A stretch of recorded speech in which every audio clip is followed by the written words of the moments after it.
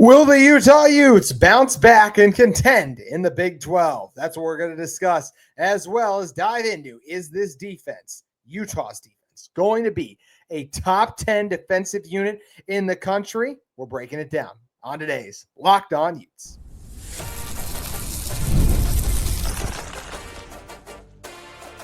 You are Locked On Utes, your daily podcast on the Utah Utes. Part of the Locked On Podcast Network, your team every day.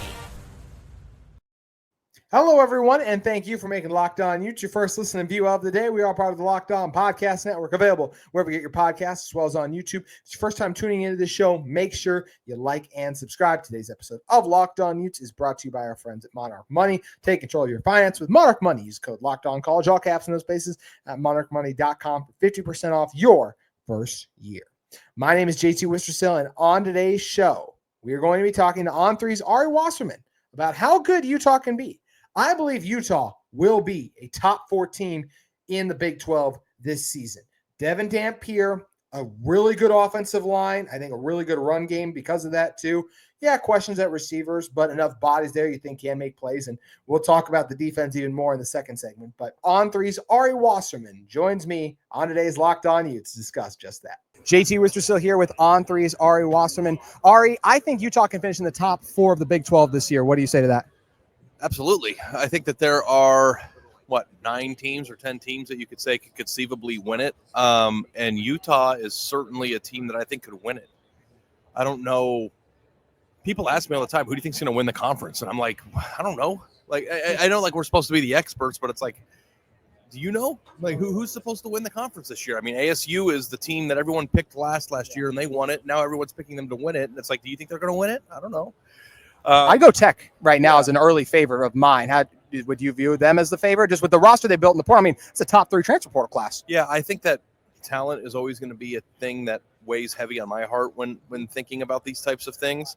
And I'm expecting a lot out of Texas Tech, and I know that the people that invested all that money are too. And in theory, they do have one of the 2 or 3 best rosters in the conference, but at the same time, everybody has been saying you can go buy yourself a conference championship, and I'm not sure necessarily anyone's done that yet. I'm sure it can happen. It hasn't happened yet. So, Texas Tech, Kansas State's another one that I think a lot of people are overlooking. I think Avery Johnson, who, people thought was going to be Johnny Manziel last year, didn't become Johnny Manziel, and then they forgot about him. But he's still a freak athlete who is another year in the system, and they're happy to have there. But Utah is certainly one of those teams that I think will be in the mix long term here. I have some overarching thoughts on Utah in general. I don't know what your next question is, but so Utah has been sturdy, right? Is that a fair word? Would you use that word? They've been consistent and sturdy, and I don't know if you know this, but my brother-in-law went there and is a big Utah fan. So I talked to him about Utah quite a bit. And you know what they're going to be on an annual basis. They're going to be a tough team. They're going to be a team that, plays hard in the trenches, and they're going to be a team that beats the crap out of you. And in my past, I used to cover Ohio State for 10 years. And at the time, there were teams like Michigan State and Wisconsin who were very tough. And I felt more like Utah-esque in the sense that they had really good athletes, good linebackers, good linemen, and would beat up on you. But what would happen most times they played is Ohio State's athletes on the outside would be too much over the course of a 4-quarter game, and then they would separate. In this new era of college football, if Utah can continue to be what it's been, which is a tough, sturdy team with good running ability, and then add a few aliens like Devon Dampier, give them an extra level of explosiveness that maybe they haven't had when matching up with the best teams from other conferences, then I think that there's a whole new world of opportunity, not only because they're automatically included in this dance, but because it's not just winning this conference, it's what does Utah need to make? They've won this conference. That's not new to them. Yeah. What would be new to them is winning and beating Penn State, which I think is within the realm of possibility, given the way that they've always been and the way they can be set up.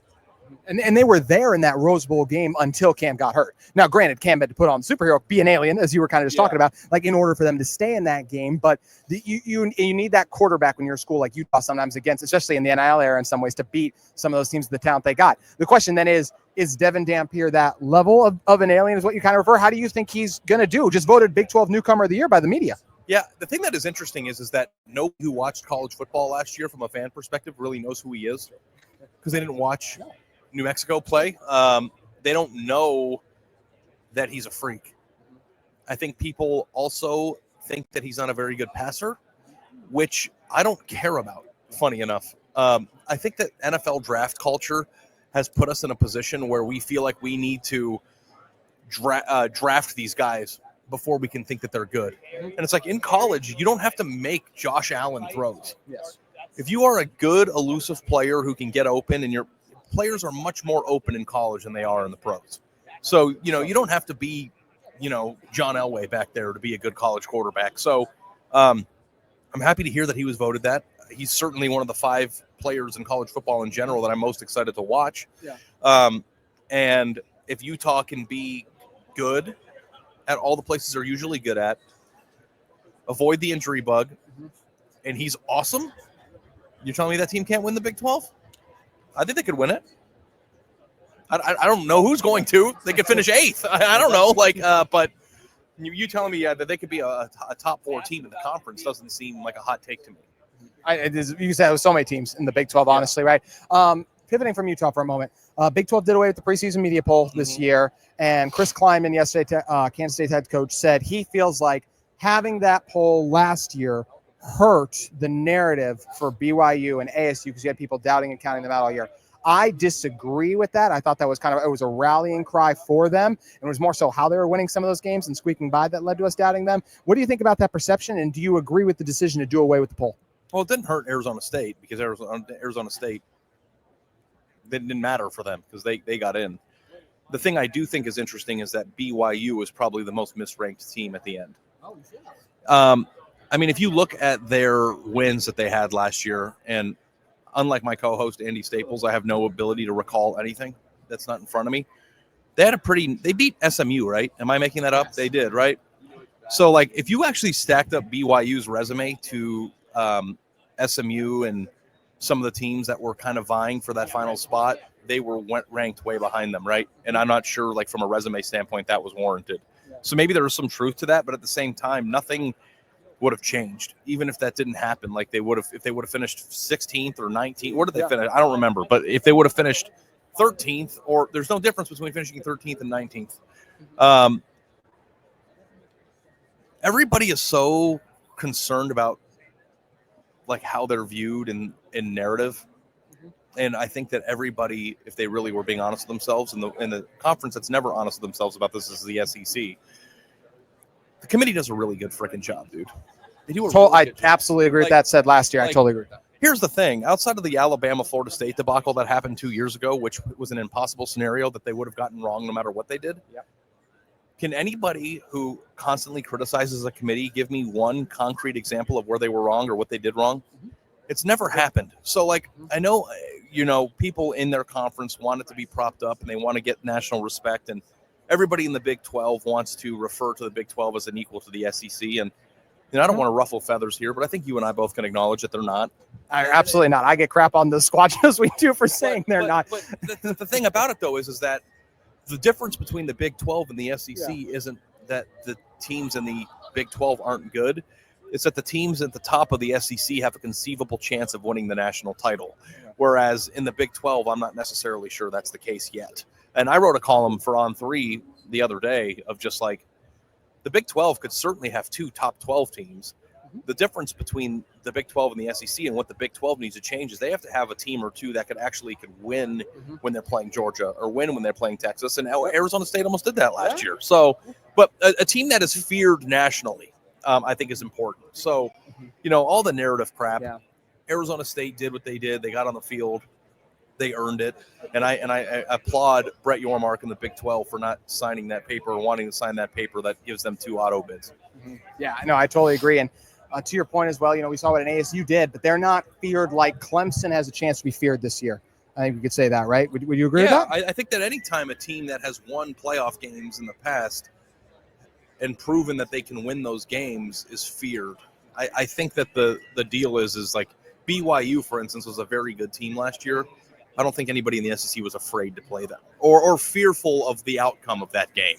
And I think that there are teams in the Big 12, and we're looking at these helmets over here. Texas Tech might have a chance to build something where they're feared. They could. You know, like which teams in the Big 12, from your perspective, do you think are the most likely to break? Even Brett Mark said this yesterday, and I wrote this in my column.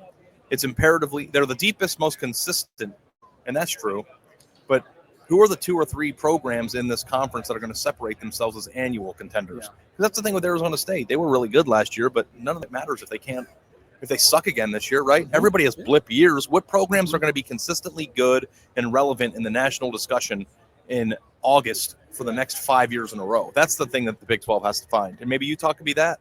That's the goal, and I'll get you out of here on this, but the Big 12 squad, sometimes they like to paint is the new Texas of the Big 12. I'm like, it hasn't been determined. We haven't won anything yet. Who painted them that? Some of my co-hosts have. Oh, that's a pretty. They're very talented artists. I think that is a. From a villain perspective is what they're referring to, but I just think that has to be earned with winning. Yeah, the thing that Texas and Oklahoma have that cannot be replaced is a long history of blue bloodness. Yeah. And I don't think that you can make new blue bloods, but I think you can make more contenders. And I think that the thing that the Big 12 needs to do, because who the blue blood is a message board thing. Who the contenders are is the reality. And you're not going to ever be able to match the prestige and the aura of Texas football because of the decades of history that they have to stand on. What you can do, though, is Clemson isn't a blue blood. Does it matter? Are they a blue blood? Yeah, I don't think so. I mean, how many do you need to win to become a blue blood, I guess, is the conversation. I don't even know if it's how many you have to win. It's just a consistent history of being an elite-level program for 100 years. I think that's how I define it. Oh, gosh, yeah. And they're not. Like Michigan and Ohio State and Texas and USC, and these teams are blue bloods because people cared a lot about football in 1961. That's true. You know, and I don't know if that's something but that is an irrelevant description. Yeah. The only thing I would be with is being a legitimate contender in Clemson is the model that I would hope to duplicate, because Dabo Swinney is the only coach in college football that has taken a good program and turned them into a truly elite one. No, I agree. And it feels like Utah has a chance to be that team. We'll see if they can do it. That's what's the great part about being in the Big 12 is, Ari, so awesome to get to talk to you. And go Utes to your brother as well. Yeah. I appreciate that. And thank you so much for having me on. And anytime you need me, I'm a phone call away. Today's show is brought to you by our friends at Monarch Money. You can take control of your finances with Monarch Money. Have you ever just wished that managing your money felt easier? It can. Whether you're growing your savings or planning a big purchase, Monarch puts you in the driver's seat. It's like having your own personal CFO, giving you full visibility and control over your finances. Monarch Money is more than a budgeting app. It's a complete financial command center. You can track all of your accounts, investments, and spending in one place. So in addition to managing your money, you're also building wealth. With Monarch Money, I just love being able to organize my savings and realize, hey, this is how much I'm spending. Oh, I need to cut back a little bit. That's where Monarch Money really helps me. And it can help you too. You can take control of your finances with Monarch Money. Use code LOCKEDONCollege, all caps, no spaces, at monarchmoney.com, 50% off your first year. It's monarchmoney.com, code LOCKEDONCollege, all caps, no spaces, for half off your first year when you use Monarch Money today. All righty. Really appreciate On3's Ari Wasserman for making the time to join Locked On Utes. And a lot of fun things and great things we were able to discuss there. But I want to talk about the Utah defense. Those of you who listen to this show, everydayers, greatly appreciate those of you, will remember I said Utah's defense this season is going to take a slight step back. Offense, major leap forward. But defense, slight step back. What do I mean by that?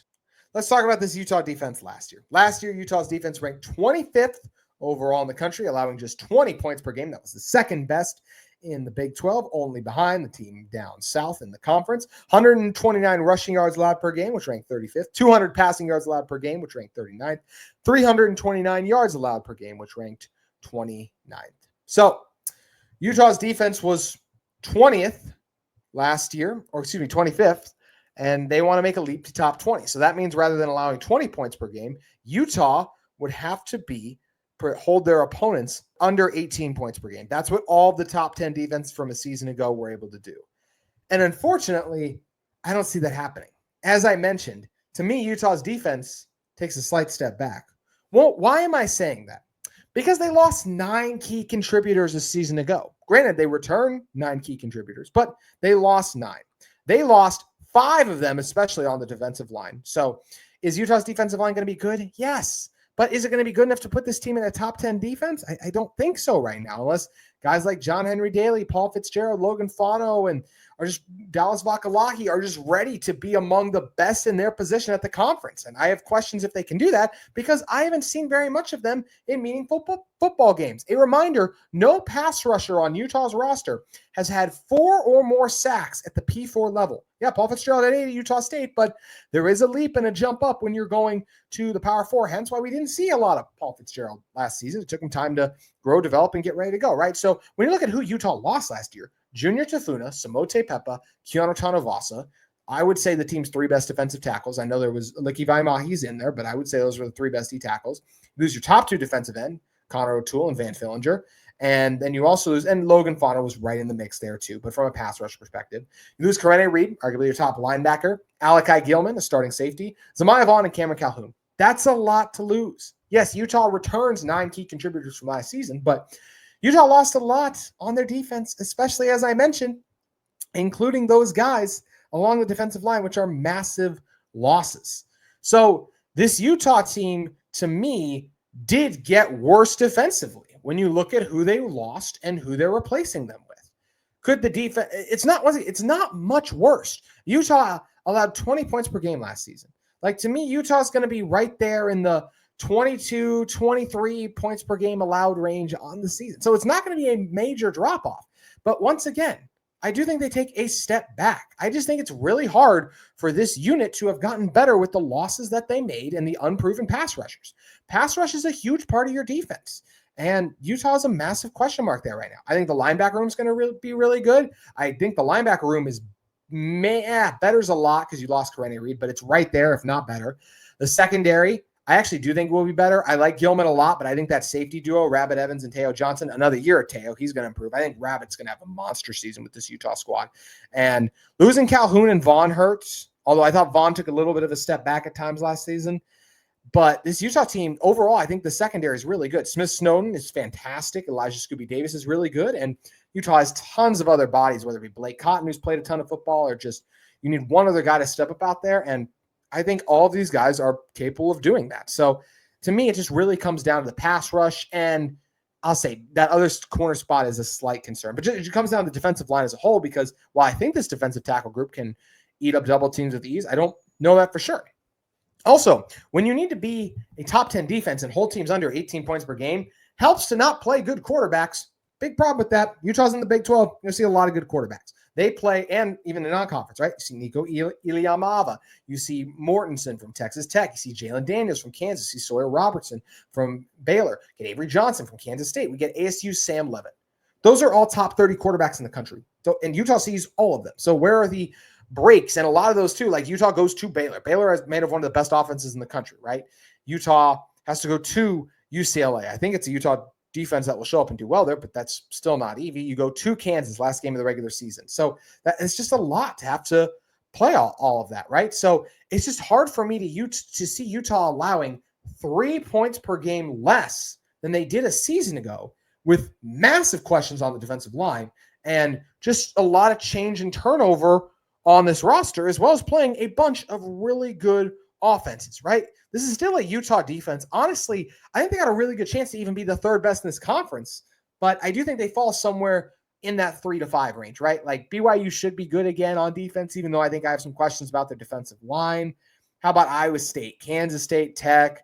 Tech's probably have the best one with all the talent they added, right? ASU, maybe Baylor's in there too. I think David Aranda's a really good DC. Let's not forget he was the defensive coordinator on that LSU team that went on to win it all. I see Houston as a team that's fallen back. And as I said, I personally think BYU will be outside the top 5, but they were the best defense in the conference. Jay Hill's a really good defensive coordinator. They could easily be right there, right? So Utah's going to have a really good defense this college football season. I want to reiterate that. Like, I am incredibly high on this Utah defense.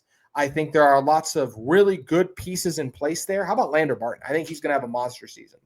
And Jonathan Hall is a guy I'm really high on too. Now he's got a year of linebacker under his belt. Liavani Damuni, the guy who just makes everything, who just does so much that doesn't show up on the stat sheet, I'd say, when you're talking about Damuni.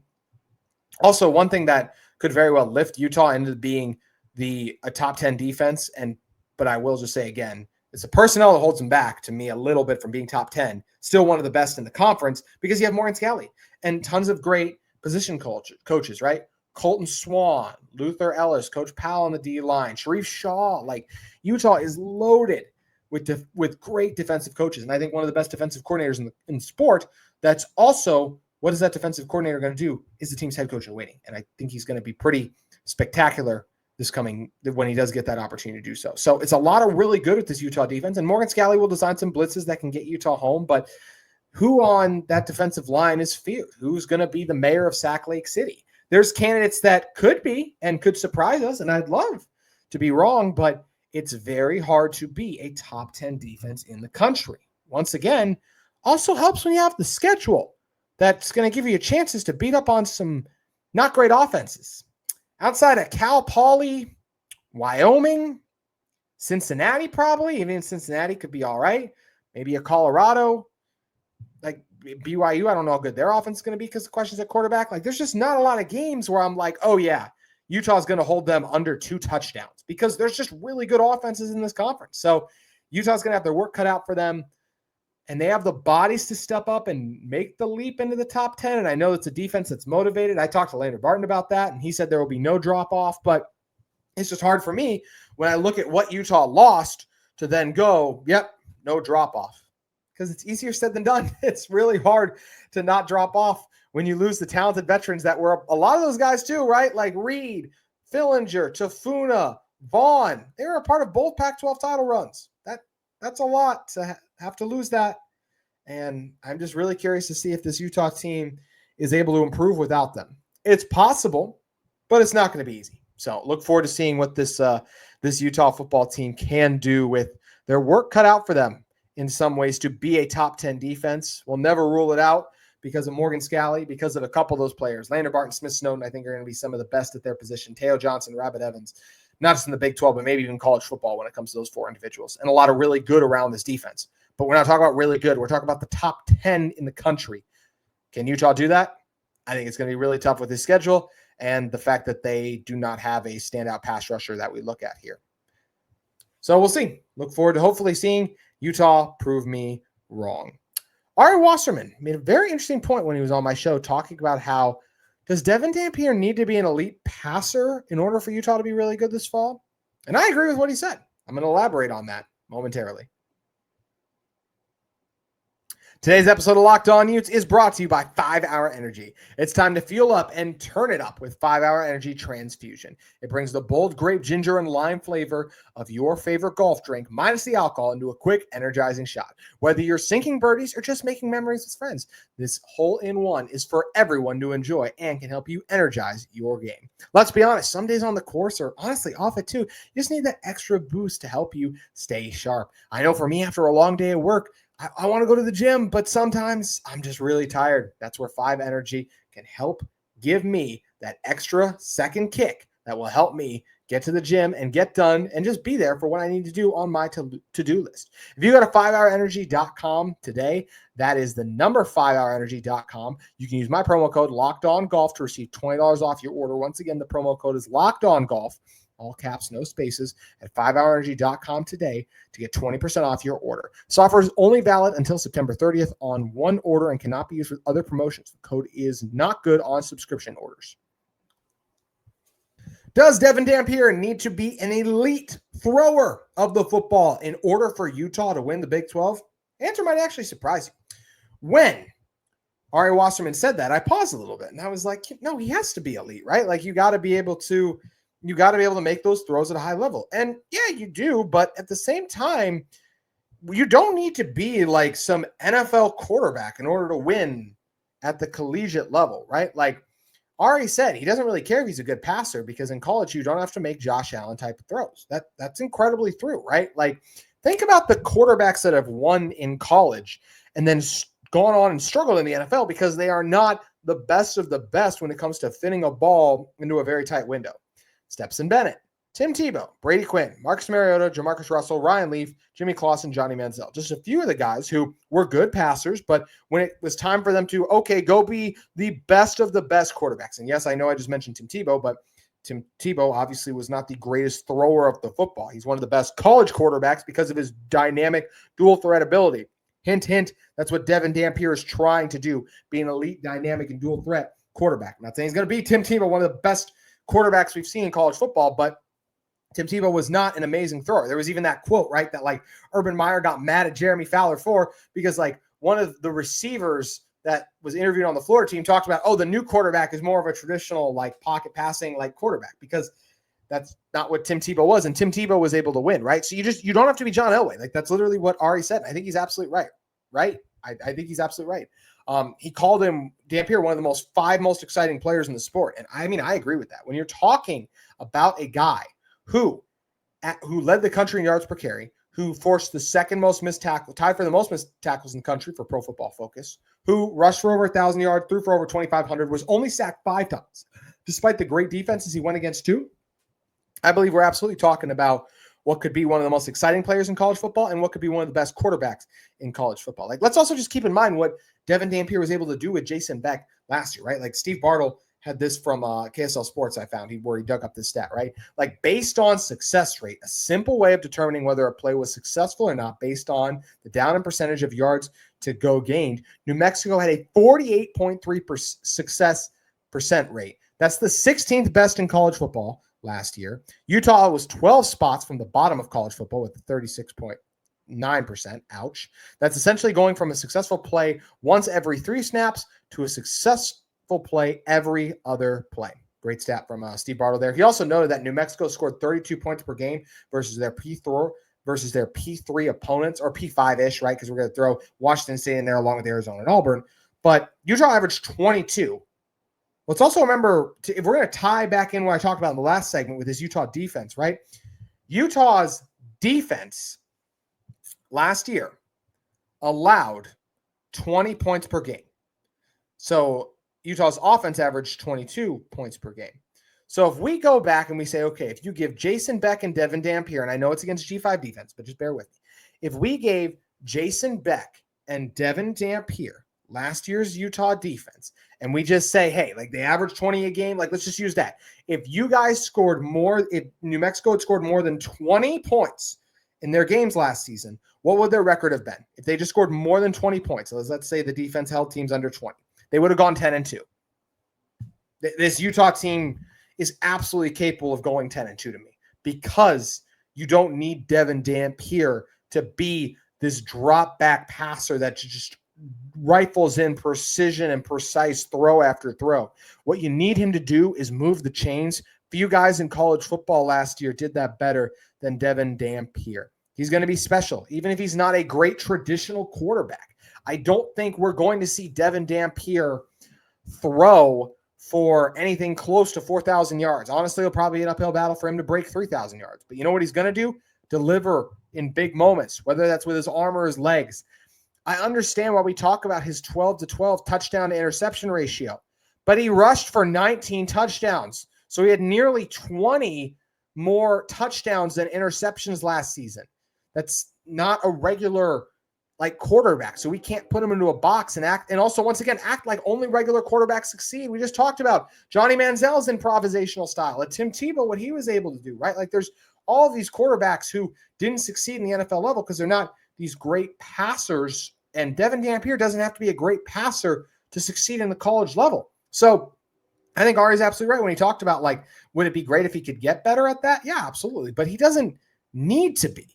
And that's what the beauty is for Utah. You don't need Devon Dampier to be something he's not. He doesn't have to become this statue in the pocket or just someone that's going to pick you apart throw after throw. It's okay that Devon Dampier is going to miss a throw, but then on 3rd and long, he's going to scramble for the first down, or he's going to buy time running around, and then a wide receiver gets open and he hits him.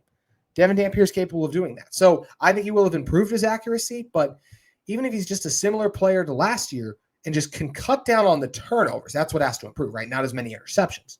Then Utah football is going to be in phenomenal shape for the 2025 season. And I cannot wait to see Devon Dampier out there with this offense. Once again, Jason Beck wide receiver weapons that feel like they're on the rise, some tight ends too that got some potential, even if it's not the greatest room, and an offensive line that's going to give him all day to throw. Once again, sacked 5 times last year, and that was even going against some P4. Like, he should have been sacked in some of those games alone 5 times, but he was that transcendent of an athlete where teams couldn't bring him down, and they're not going to be able to this year either because he is not a traditional quarterback, and that is a great thing for a Utah team looking to win the Big 12.